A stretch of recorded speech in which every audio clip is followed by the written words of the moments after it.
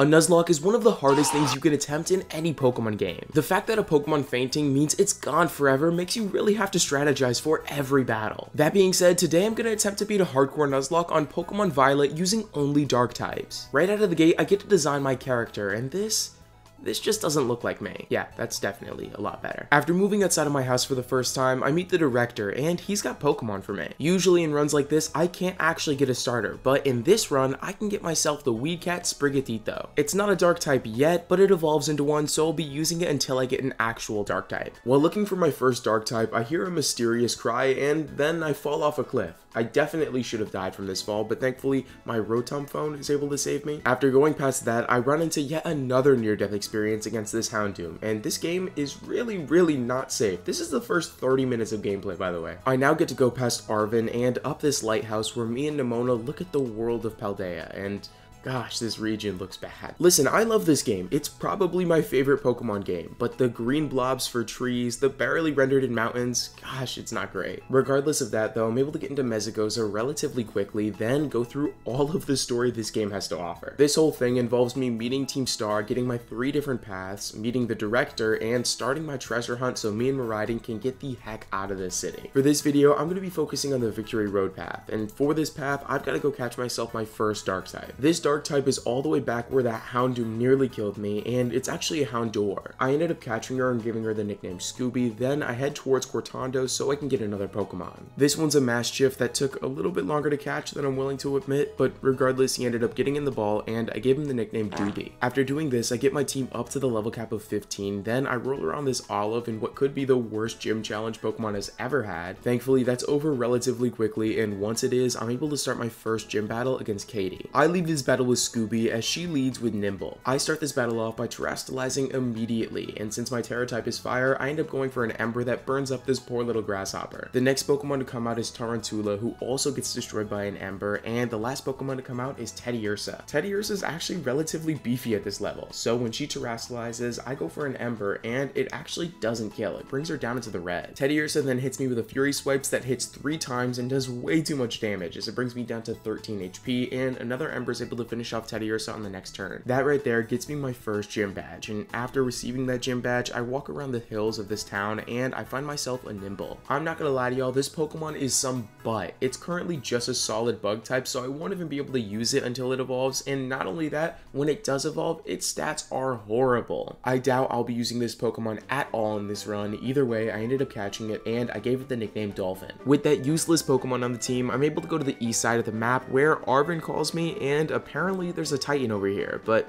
no Titans for me. Instead of dealing with all of that, I elect to go into Artisan, where I'm able to challenge the second gym leader, Brassius. In order to get in a fight with him, I've got to chase these Sunflora all around the town, and there is way too many of these, and it is really an annoying gym challenge. Plus, they all move at like 1 frame per second, so it's really not great. Once I'm actually able to start my fight with him, I find out that he leads with Petalil as I lead with Scooby. With Scooby, I terastallize into fire, and since my Fire Fang is a little bit more effective than Ember, it ends up one-shotting Petalil. On the next turn, Smoliv gets sent in and is also one-shotted by Fire Fang, and the last Pokemon that comes out is Sudowoodo. Actually, no, scratch that. It's Truly Woodo, so I decide to switch out into Mastiff so I can get off that Intimidate. With the Intimidate, when Truly Woodo hits me, it doesn't do a lot of damage. It only does 12, and on the following turn, I go for a Fire Fang that gets a lucky flinch and does about a third. On the next turn, another Fire Fang gets a critical hit, which brings Truly Woodo down into the red, as I then get hit by a Trailblaze, but it doesn't do enough damage to really do anything to me. On the following turn, even with the speed increase, I'm able to outspeed and finish off Truly Woodo, which wins me my second badge. Now that I've got that badge, I've got to prepare for what could be one of the hardest gyms of this run. This fight is going to be against Iona, and her team is really solid, and to counter her team, I decided to go all the way to the desert so I can find myself a Sandile. Thankfully, the Sandile I catch is just within the level cap, so I catch him and give him the nickname Bacon. While I'm here, I also catch a Kakina, who's just a pure grass type now, but does evolve into a dark type. I give her the nickname Scarecrow, and speaking of crows, I've got to catch myself a crow of my own, which is Murkrow.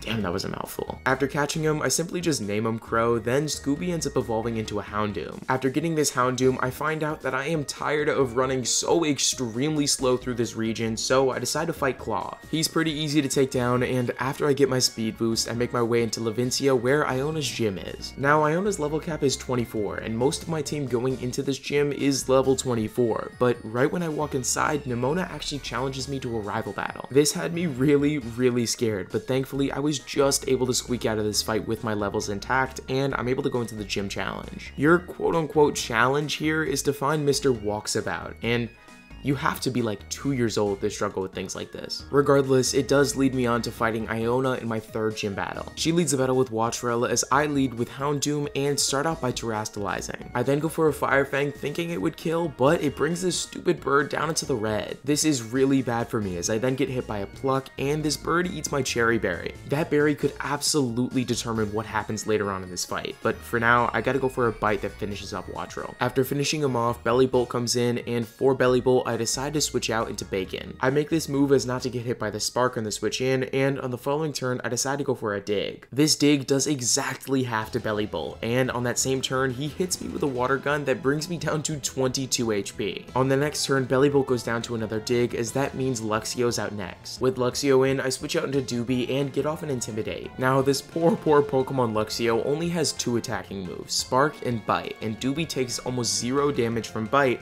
and Bacon doesn't take any damage from Spark, so I decided to just switch in between these Pokemon until Luxio's at -6. Once Luxio is at -6, I decide to switch into Scooby and I start to set up. Now the reason why that Cherry Berry was really useful was because if I get paralyzed here by Luxio, then I'm screwed. Along with that, if I get crit, I'm also in a really bad spot, so I've kind of got to take the risk and only set up 2 Howls. This gives me just enough juice to finish off Luxio with a single Fire Fang, and this leads into the final Pokemon, Mismagius. Mismagius starts out by hitting me with a Confuse Ray, as I end up getting through the confusion and hitting a Fire Fang that brings Mismagius down into the red. This is a horrible spot for me to be in, but I decide to stay in with Scooby. Mismagius hits me with a Hex that brings me down to 19 HP, and on the next turn, I go for a Bite, and thankfully, I get through the confusion, finish off Mismagius, and win myself my 3rd gym badge. If I didn't get through that confusion, that battle could have gone so sour, it's crazy. I honestly might have gotten swept by Mismagius. Thankfully, Houndoom is the GOAT, so I'm able to get through that deathless. With that gym down, I go back to the desert and end up evolving Doobie into Nabostiff. Along with this, I also ended up evolving Sandile into Krokorok, and then I go into the city where I meet the gym leader and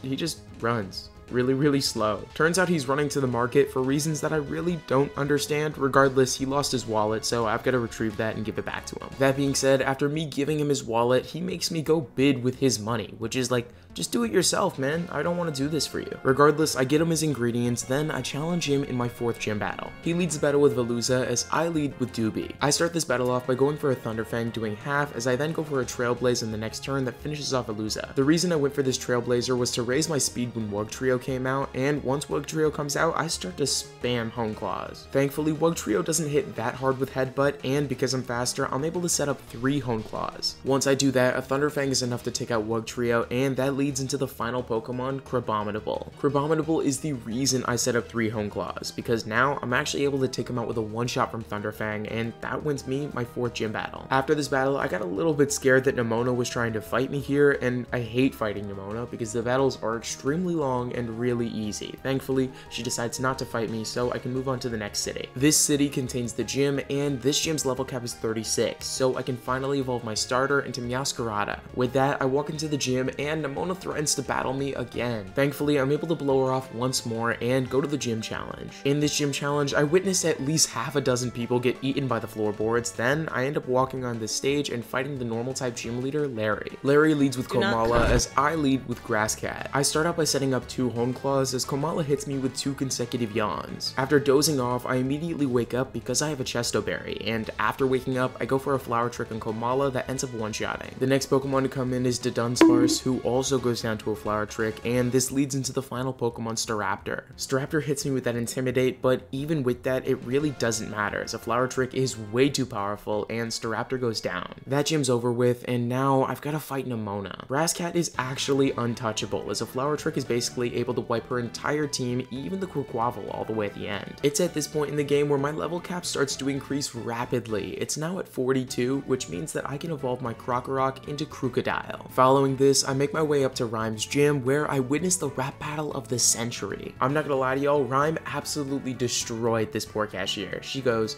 "You wanna end my reign? Yeah, keep dreaming. Buy a book of rhymes, kid, and start reading."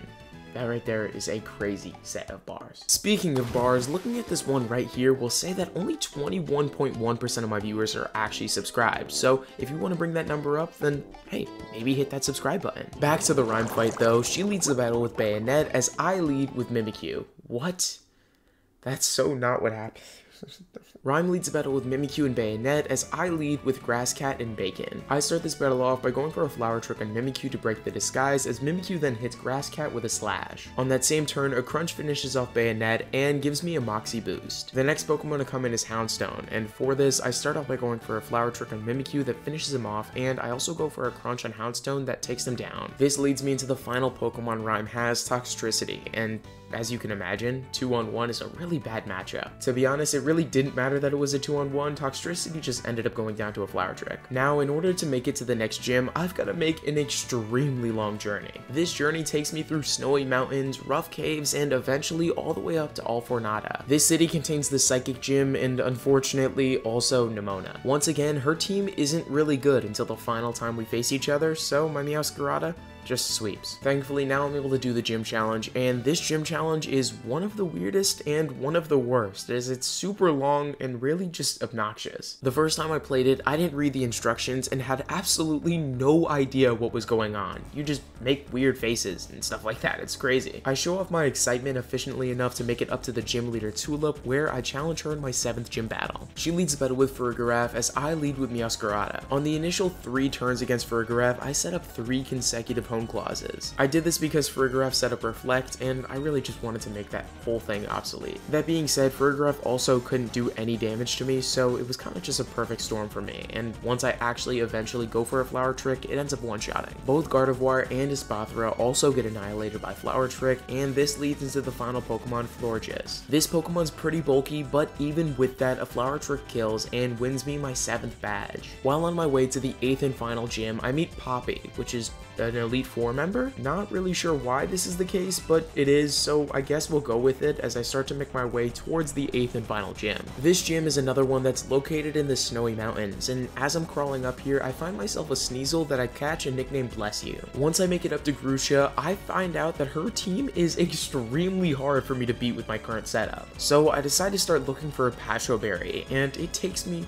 forever to find one. Thankfully, I do, and I start my final gym battle. Grusha leads the battle with Frostmoth as I lead with Houndoom. With Houndoom, I start out by terrestrializing and going for a 4-time super effective flamethrower that murders Frostmoth. Beartic comes in and also gets burned up by a flamethrower, as next out comes the Titan. Now this Pokemon is an absolute problem. It has thick fat, so my fire type moves aren't even super effective, and not only that, but it also has liquidation. This is the reason why I needed that berry. I go for a flamethrower with Scooby, and it only does half, as I then get hit by a liquidation, but thanks to the berry, I survive. Because my first flamethrower did half, I know another one's gonna kill, and it does. The Titan goes down, and the last Pokemon to come out is Altaria. Now, I actually figured a single flamethrower would kill with the Ice Terra and all, but it doesn't. It brings Altaria down into the red, as she then hits me with a Hurricane. Thankfully, this Hurricane doesn't kill, and it only brings me down to 29, but it also does get off that confusion, which is really bad. It took me a hot minute to look over my options here, but eventually I made the decision to switch out into Doobie, who got hit by a Hurricane on the switch in that brought me down to 68. Thankfully, the Hurricane didn't end up confusing me, and I got a solid crunch off in the next turn that finished off Altaria and won me my final gym badge. Now, that level cap for the final gym was level 48, and the level cap for the whole game